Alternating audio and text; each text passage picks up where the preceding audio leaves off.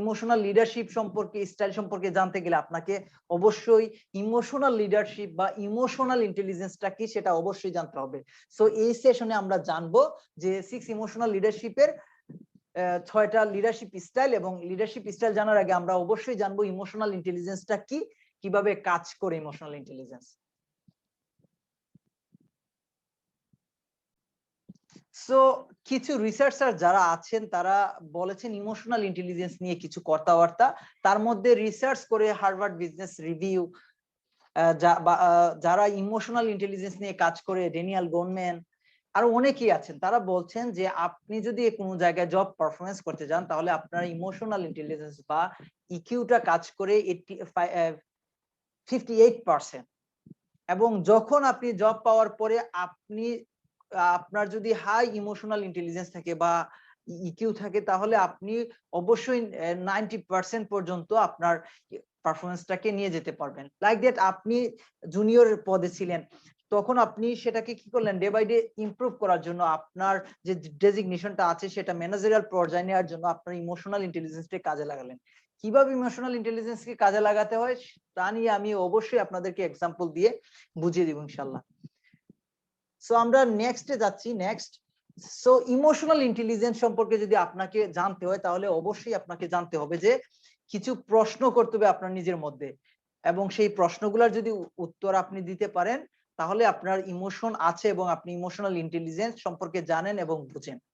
So first question ছিল যে do you recognise your emotion you are feeling? আপনি যে ইমোশনটা ফিল করছেন সেটা কি আপনি বুঝেন? Can you manage those emotion without allowing them to sum up you? আপনি যে ইমোশনটাকে আপনি কি ওইসব ইমোশনটাকে উইদাউট এনি কোনো ধরনের বাধা বিপত্তি ছাড়া কি বুঝতে পারেন, ম্যানেজ করতে পারেন? Can you motive yourself to get jobs done? আপনি কি নিজেকে মোটিভ করতে পারেন যখন আপনি কোনো একটা কাজ করতে যান, তখন কি মোটিভ করতে পারেন নিজেকে? So do you sense the emotion of others and response effectively? আপনি কি অন্যের ইমোশনটাকে বুঝতে পারেন? যদি বুঝতে পারেন তাহলে রেসপন্সটা কি ভেরি ইফেক্টিভ হয়? যদি এইসব আনসার যদি আপনার না হয় তাহলে অবশ্যই আমি বলবো আপনি ইমোশনাল ইন্টেলিজেন্স নয়। সো এই প্রশ্নগুলোর উত্তর যদি আপনি সঠিকভাবে দিতে পারেন অবশ্যই আপনার ইমোশনাল ইন্টেলিজেন্স আছে।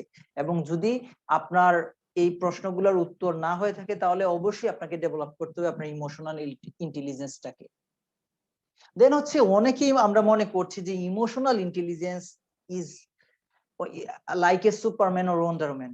অ্যাকচুয়ালি ইমোশনাল ইন্টেলিজেন্সটাকে ডে বাই ডে প্র্যাকটিস করার মাধ্যমে আপনি ডেভেলপ করতে পারেন। It is not a awesome like that Superman or Wonder Man. So it is a set of skills or specific skills. আপনার কিছু স্কিল আছে যে স্কিলের মাধ্যমে আপনি আপনার ইমোশনাল ইন্টেলিজেন্সটাকে আপনার মধ্যে নিয়ে আসতে পারবেন।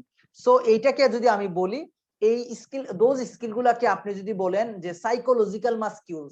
সাইকোলজিক্যাল মাস্কিউলটা মানে কি যদি আরেকটু এক্সপ্লেইন করে বলি, আপনি সাপোজ ধরেন আপনি আপনার বডিটাকে স্ট্রং করতে চাচ্ছেন, সেজন্য আপনি জিমে যাচ্ছেন, সেজন্য আপনার বডিটাকে স্ট্রাকচার করার জন্য অনেক ধরনের প্র্যাকটিস করছেন। সো ইমোশনাল ইন্টেলিজেন্সটাকে আমরা বলছি সাইকোলজিক্যাল মাস্কিউল।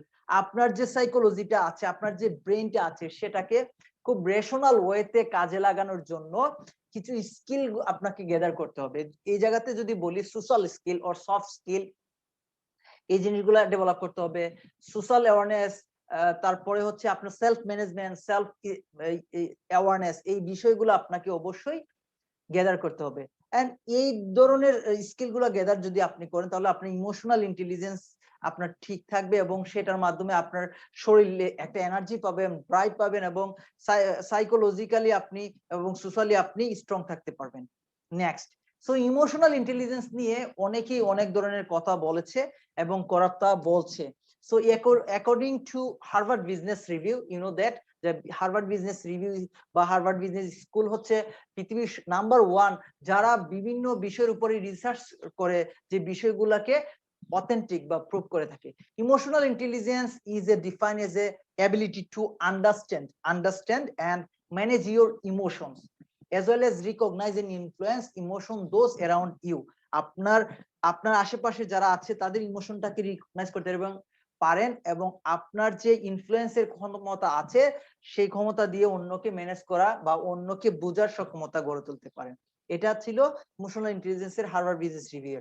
সো ইমোশনাল ইন্টেলিজেন্স নিয়ে 90 দশকে কিছু রিসার্চার ফাউন্ড করেছেন 4টা অ্যাসপেক্ট। এটা বলছিলাম আমি প্রথমেই যে 4 স্কিল সেট বা specific set of skills rotate our ইমোশনটাকে আমরা রোটেট করতে পারি, বুঝতে পারি, helping us to effectively manage ourselves and relationship to build a creative or build a long term relationship with around us. আপনার আশেপাশে যারা আছে তাদের সাথে আপনি রিলেশনশিপ বিল্ড করতেই ইমোশনাল ইন্টেলিজেন্স কাজ করে।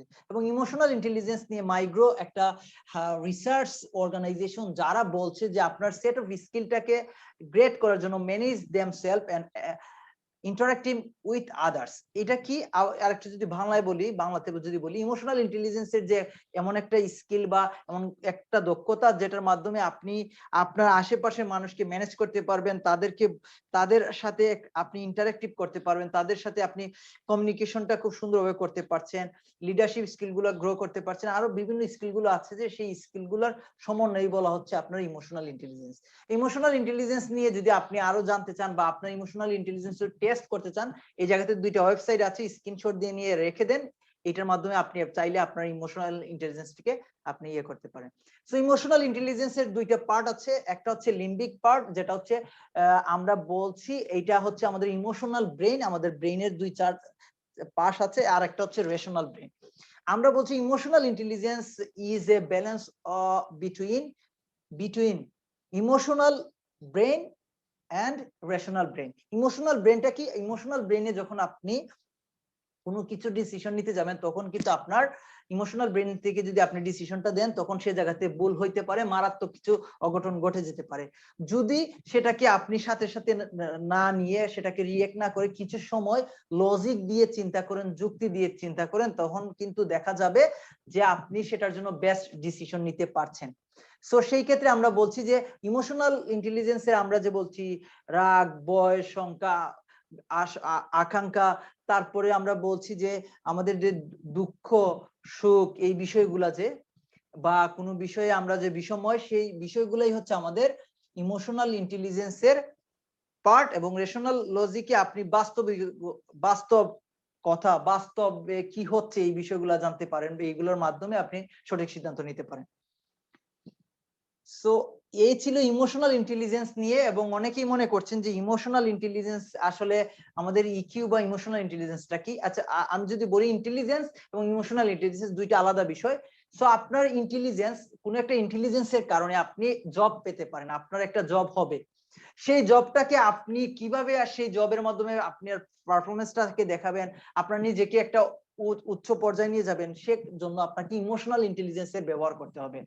আমরা বলছি ইমোশনাল ইন্টেলিজেন্স আপনাকে প্রমোশন দিবে, ইনক্রিমেন্ট দিবে, গুড কেপিআই দিবে, কিন্তু ইন্টেলিজেন্স আপনাকে একটা জব দিবে। সো এই বিষয়টা ক্লিয়ার আশা করি। সো যারা বুঝতে পেরেছেন, আশা করি আপনারা পুরো বিষয়টা মনোযোগ সহকারে বুঝতে পেরেছেন। যদি না বুঝে থাকেন অবশ্যই কমেন্ট সেকশনে জানাবেন, আমরা পরবর্তীতে আবারও আপনাদের সাথে কোনো একটা সেশন বা ভিডিও নিয়ে জানানোর চেষ্টা করবো ইমোশনাল ইন্টেলিজেন্স আরো অনেকগুলো বিষয়। So thank you so much. আর আপনারা আপনাদের আন্ডারস্ট্যান্ডিংটা অবশ্যই কমেন্ট সেকশনে লিখে জানাবেন।